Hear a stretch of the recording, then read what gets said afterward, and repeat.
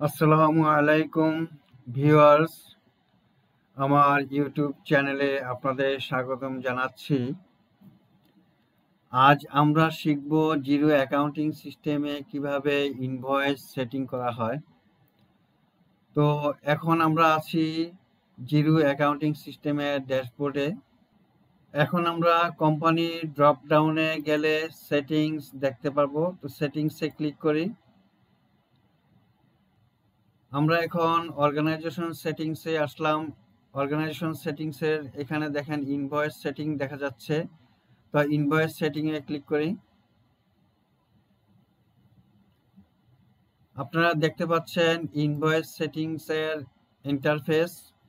এখানে 4টা অপশন দেওয়া আছে: new branding theme, default settings, payment service, invoice reminder. এই 4টা অপশন দিয়ে আমরা ইনভয়েস সেটিংসটা ফাইনাল করব। আমরা দেখতে পাচ্ছি জিরো অ্যাকাউন্টিং সিস্টেম একটা ইনভয়েস করে দেওয়া আছে। এই ইনভয়েসটা দেখতে কিরকম আমরা একটু আগে দেখি। তো অপশনে যে ক্লিক করে প্রিভিউতে গেলে আমরা দেখতে পারবো ইনভয়েস। এই হলো ইনভয়েসের একটা স্যাম্পল। ইনভয়েসটা আমরা যদি মোবাইলে দেখতে চাই, দেখেন তাহলে মোবাইলে এরকম দেখা যাবে। আর যদি কম্পিউটারে দেখতে চাই তাহলে এরকম দেখা যাবে।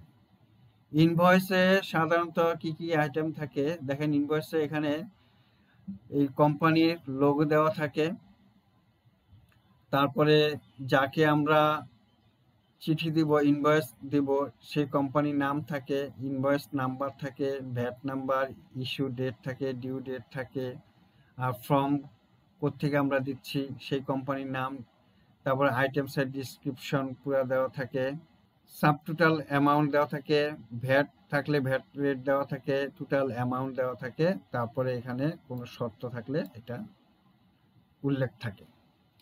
তো হলো ইনভয়েসের আউটলুকিং এরকম আমরা দেখলাম। এখন ইনভয়েস কিভাবে তৈরি করে আমরা দেখি। নিউ ব্র্যান্ডিংয়ে যাই। নিউ ব্র্যান্ডিংয়ে গেলে দেখেন ইনভয়েসের পেজ সাইজ, এটা A4 দেওয়া আছে, A4 সাইজ করবো কিনা, তারপরে টপ মার্জিন কত, বটম মার্জিন কত হবে, অ্যাড্রেস প্যাডিং কত থাকবে, ফন্ট কি ফন্ট থাকবে, এরিয়াল থাকবে না ক্যালিব্রি, যে কোনো আপনি যেটা ইউজ করতে চান, ফন্ট সাইজ কত রাখবেন, ড্রাফট ইনভয়েস নাম থেকে এগুলা changeable, tax invoice, credit note, এগুলার নাম আপনারা চেঞ্জ করতে পারবেন। আর ড্রাফট পারচেজ অর্ডার টাইটেল এগুলা চেঞ্জ করার তেমন দরকার নাই। Show tax number, show column headings, show item code, যদি আমরা আইটেম কোড দেখাতে চাই তাহলে ক্লিক করব। Unit price, quantity, payment advice কি হবে, ট্যাক্স কলাম থাকবে, তারপরে show registered address, show logo, hide discount, আপনি যদি ডিসকাউন্টটা হাইড করতে চান তাহলে সিলেক্ট করবেন, আর যদি ডিসকাউন্টটা হাইড করতে না চান তাহলে সিলেক্ট থাকবে না। তারপর আছে show tax subtotals, show currency conversion as payment service, এগুলা দেওয়া থাকে। এখানে আছে আপনার টার্মস অ্যান্ড পেমেন্ট অ্যাডভাইস। আপনি যদি ইনভয়েসে কোনো টার্মস অ্যান্ড পেমেন্ট অ্যাডভাইস কিছু উল্লেখ করতে চান এখানে আপনি লিখবেন ডিসক্রিপশন।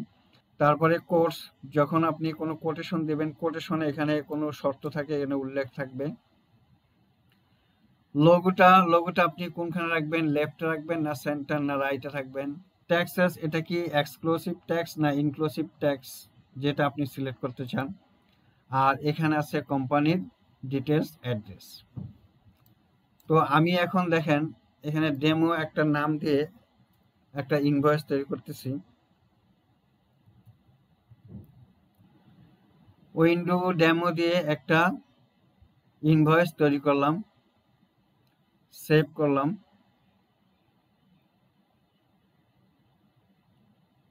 দেখেন উইন্ডো ডেমো নামে একটা ইনভয়েস তৈরি হলো।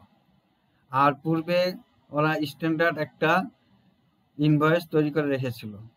এখন আমি একটা লোগো আপলোড করব। লোগো দিলাম, ব্রাউজ, ডেস্কটপে যাই,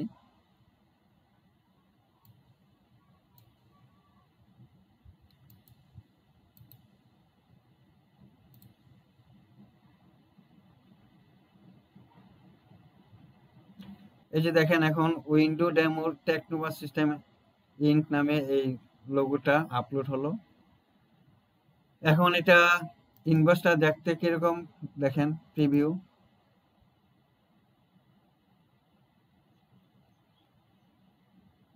এই হলো ইনভয়েসের আউটলুকিং। তো আমরা কিভাবে একটা ইনভয়েস তৈরি করলাম এটা আপনারা দেখলেন। এখন দেখেন 2 নাম্বার হলো ডিফল্ট সেটিংস, পেমেন্ট টার্মস। আমরা বিল তৈরি করার কয়দিন পর থেকে এটা ডিউ ডেট হিসেবে কাউন্ট হবে। ধরি 20 দিন পরের থেকে এটা এখন কাউন্ট হবে। এটা কি ডেজ আফটার দ্য বিল না আফটার মান্থ? তা আমি দিলাম ডেজ আফটার দ্য বিল, মানে বিল তৈরি করার 20 দিন পর থেকে এটা ডিউ হিসেবে কাউন্ট হবে। ঠিক সেল ইনভয়েস ধরি 15 দিন পরের থেকে of the following month days after the invoice date, after the invoice date এটা কাউন্ট হলো। আর এটা হলো ইনভয়েস সিরিয়াল নাম্বার, এটা অটোমেটিক হয়ে যাবে, এখানে আমাদের কোনো কাজ করার নেই। তো আমি সেভ করে দিলাম।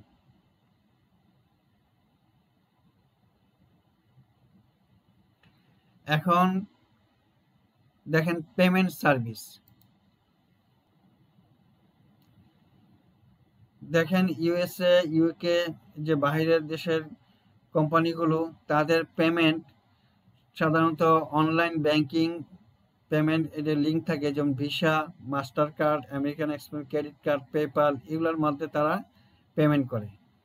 এই যে এখানে লেখা আছে স্টার্ট উইথ ব্যাংক পেমেন্ট, তো এটা অনলাইন ব্যাংকিং পেমেন্টের ব্যাপার, এখানে আমাদের কিছু করার নেই। এবার আমরা নেক্সটে যাই। এবার দেখব ইনভয়েস রিমাইন্ডার।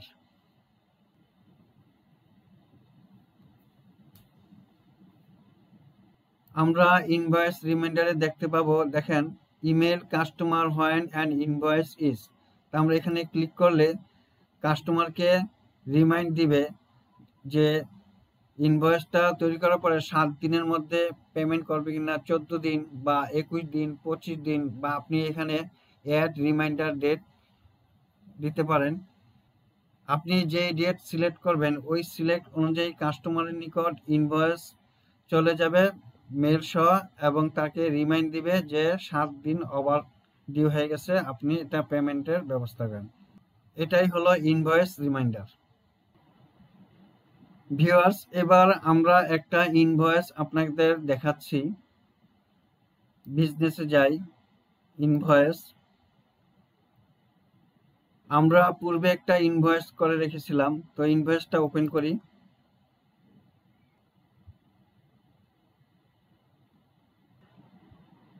দেখেন এই যে ব্র্যান্ডিং থিম স্ট্যান্ডার্ড, এই স্ট্যান্ডার্ড দেখেন আমরা যে দেখিয়েছিলাম পূর্বে যে জিরো অ্যাকাউন্টিং সিস্টেম একটা স্ট্যান্ডার্ড ইনভয়েস করে রেখেছিল। এই যে দেখেন স্ট্যান্ডার্ড, এই স্ট্যান্ডার্ড এখানে সিলেক্ট হয়ে গেছে। আর এটা এখন আমরা এই যে ইনভয়েসটা করা ছিল এটা আমরা প্রিভিউ দেখি। এই যে দেখেন ইনভয়েসের একটা আউটলুকিং, এখানে ইনভয়েসের যত আইটেম দেওয়া থাকে, পেমেন্ট অ্যাডভাইসও থাকে, সব তথ্য দেওয়া আছে। তাহলে ভিউয়ার্স, আপনারা দেখলেন কিভাবে জিরো অ্যাকাউন্টিং সিস্টেমে ইনভয়েস সেটিং করা হয়। তো আশা করি ইনভয়েস সেটিং সম্বন্ধে আপনারা ক্লিয়ার হয়েছেন। আপনাদের কাছে রিকোয়েস্ট, যারা আমার এই চ্যানেলটি এখনো সাবস্ক্রাইব করেন নাই তারা সাবস্ক্রাইব করে আমার চ্যানেলের পাশে থাকবেন। আমার ভিডিও সম্বন্ধে আপনাদের কোনো মতামত থাকলে কমেন্টসে আমাকে জানাবেন। আপনাদের সকলকে অনেক ধন্যবাদ। আসসালামু আলাইকুম ওয়া রাহমাতুল্লাহ।